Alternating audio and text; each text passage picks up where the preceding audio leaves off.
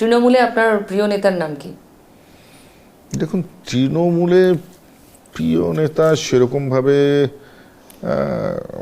খুঁজে পাওয়া মুশকিল। যে দলটার আসলে কোনো আইডিওলজি নেই সেখানে প্রিয় বা অপ্রিয় বললে পরে ভুল হবে।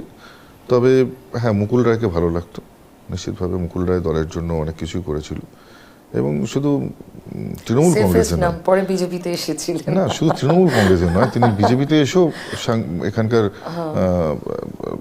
শ্রীবৃদ্ধি করেছে এবং সংগঠনকে অনেক বেশি মজবুত করেছে। তো স্বাভাবিকভাবে এরকম নেতার নাম অস্বীকার করা যায় না। বিজেপিতে পছন্দ করেন না এমন কে আছে বলতে পারবেন সামনে?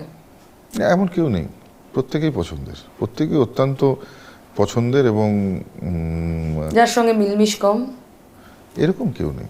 প্রত্যেকেই আমরা মানে একেবারে একটা পরিবারের মতন থাকি, এবং বলতে পারেন যে একটা পরিবারের সদস্য যখন অসুস্থ হয় যে ব্যথাটা অনুভব করা যায়, আমাদের কোনো কর্মী কার্যকর্তা যদি অসুস্থ হয় বা তারা যদি কোনোভাবে কষ্ট পায়, সেই কষ্টটা আমরা অনুভব করি।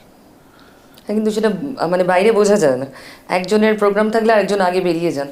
এখন ভোটের সময় কি হবে আমরা জানি না। সেগুলো টাইম ম্যানেজমেন্টের জন্য, সেগুলো সুকান্ত, দিলীপ, শ্রমিক, এদের তো মিলমিশের আকাল।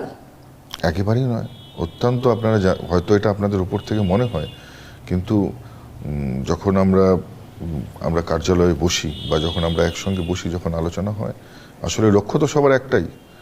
লক্ষ্য বাংলার যেই ক্ষমতাসীন দলটা যে আজকে বাংলার গরিমাকে নষ্ট করে দিয়েছে, সেটাকে আবার আমাদের প্রতিস্থাপন করা।